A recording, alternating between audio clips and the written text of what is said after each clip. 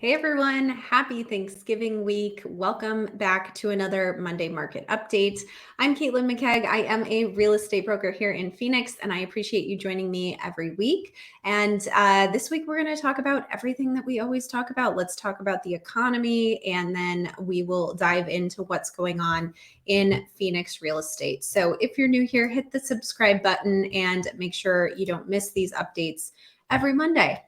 All right, so what happened last week? We had the producer price index numbers come out, which is another measure of inflation, but this is really looking at the cost of things coming from producers and manufacturers. And so what happened is the PPI rose 0.2% instead of 0.4%, which was expected. So that is always good news when we see these numbers coming in lower than expected.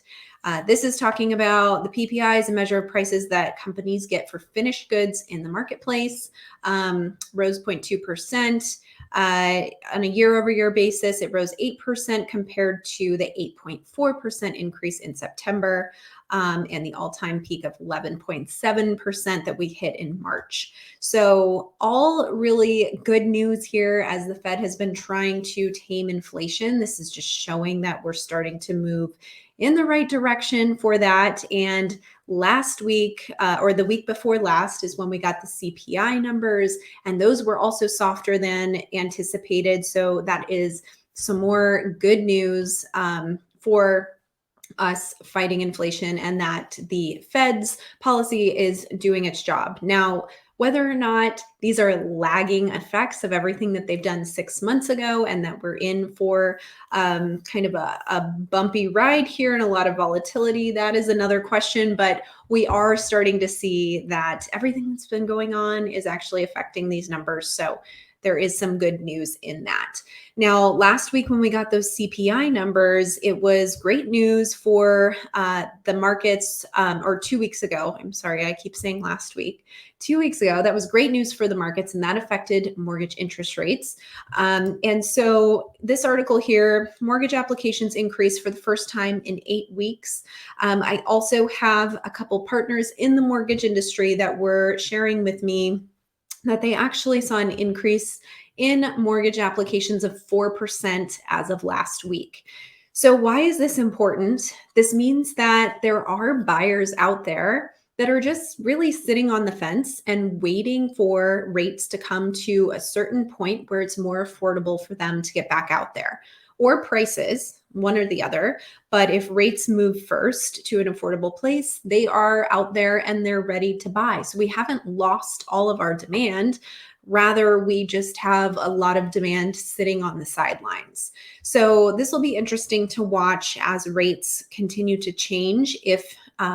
If we start to see an easing in inflation and the Fed isn't quite as aggressive, and mortgage rates are then affected by that, we will start to likely see some buyers coming out of the woodwork. That's kind of what this indicates.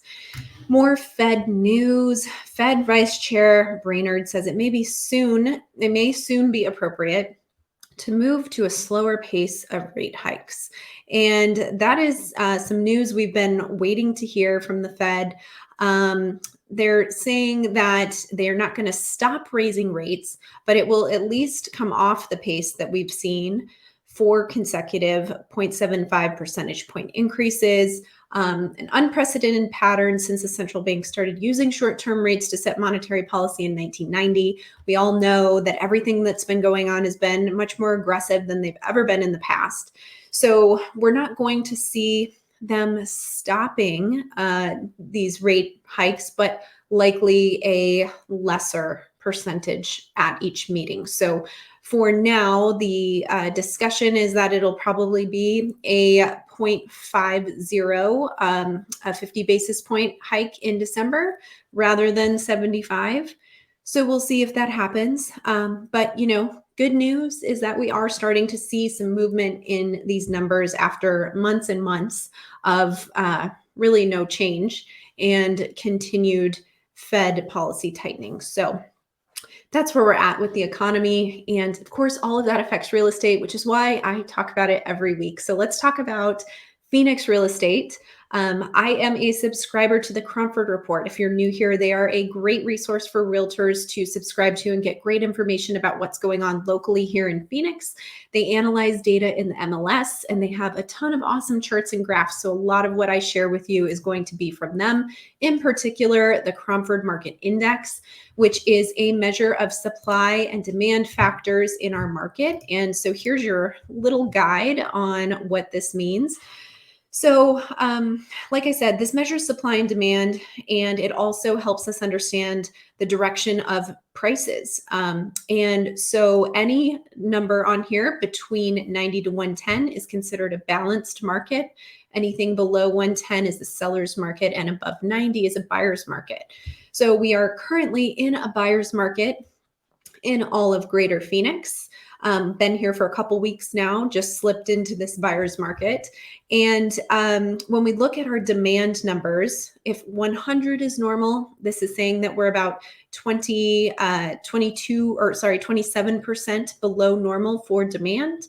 And then supply, with 100 being normal, we're about 17.5% below normal for supply. So we have a situation where supply and demand are both below normal. However, our supply is outweighing the demand just slightly, therefore putting us in a buyer's market because we have more homes available for sale than the number of buyers willing to buy right now, just by a little bit.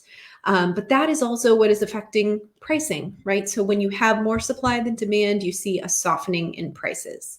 So not only does the Cromford report look at this from a large perspective of the Greater Phoenix area, but they do break it down into the 17 largest cities in the Phoenix area. And I know all of you love this, so I'll stay on this for a minute. We still have Fountain Hills at the top, although it did decrease 3% over the last month. And to explain to you guys, these red arrows indicate that we're moving towards a buyer's market rather than a seller's market. The green arrow is the opposite. So if you see surprise on there, actually made a change of 3% in the positive direction, 3% moving towards a seller's market. So more favorable to sellers than buyers, which is interesting because Surprise has certainly been one of the weaker cities that we've been watching. And so overall, we saw some improvement from last week to this week. So last week I talked about month over month change on average for the CMIs in every city was decreasing by about 10.8% last week. And this week, if we look month over month, we only saw a decrease of 9.8%. So just slightly, but a little bit less, which is good to see because the last 3 or 4 weeks, we've been seeing more of a decrease or a change, a more drastic change in every CMI going towards a buyer's market. So now we're seeing a little bit of a resistance to that, which could very well have to do with the mortgage rates that went down, more buyers out there, more homes under contract, and that started to kind of stabilize where we're at. And we do have a situation where there's not a lot of inventory. I'm going to talk about that next. But before we move on to that, let's just look at a few more things on here. We have Paradise Valley that is declining pretty quickly. They had a decline of 34% over the last month. So they're just kind of hanging on in this balanced market. They used to be one of the more stable sellers market cities. But we're also starting to see Fountain Hills staying up here. We saw Gilbert had a pretty small change month over month, as well as Queen Creek was fairly small. And I believe we also saw a couple others on here that had fairly small changes. So overall, this has slowed down a little bit. We'll see what next week has to show for it. But just to know that Surprise is on its way up. So we'll see if that continues. But here's what I really wanted to share as it relates to new listings. So we are seeing a major decline in new listings. And typically this time of year, we do see much fewer homes on the market because it's the holidays. However, if we take a look at November, going all the way back to 2005, we have a situation where we have clearly a very drastic difference in this November compared to every November back to 2005. We've only seen 2,991 new listings come to the market in the first 2 weeks of November this year. And you can see since 2011, this number is pretty on average, about 4,250 being average over these last few years. And then 2005 to 2010 in the 5,000 and 6,000 range. But regardless, this addition of 2,991 new listings so far this month is a major decline compared to what we've seen over the last 15 years. So this is important to watch because this is what tells us really what's going to happen with the market. Obviously, we can't really control demand with the changes in interest rates and whether or not buyers want to purchase right now. But if we have supply that is very low, then things are probably going to stay stable. If we have supply that is shooting off and we get an oversupply, then we are going to see a buyer's market, possibly a crash. That kind of thing is what can happen when you have an oversupply. And right now we're in a situation where we have an undersupply and a very different trend than we've seen in the past. Back in 2005, when we saw this rapid cooling of demand during the second half of the year, it brought on a lot of new listings from people that were trying to exit the market before prices fell. And there was a large number of empty homes because of that were purchased for speculative reasons.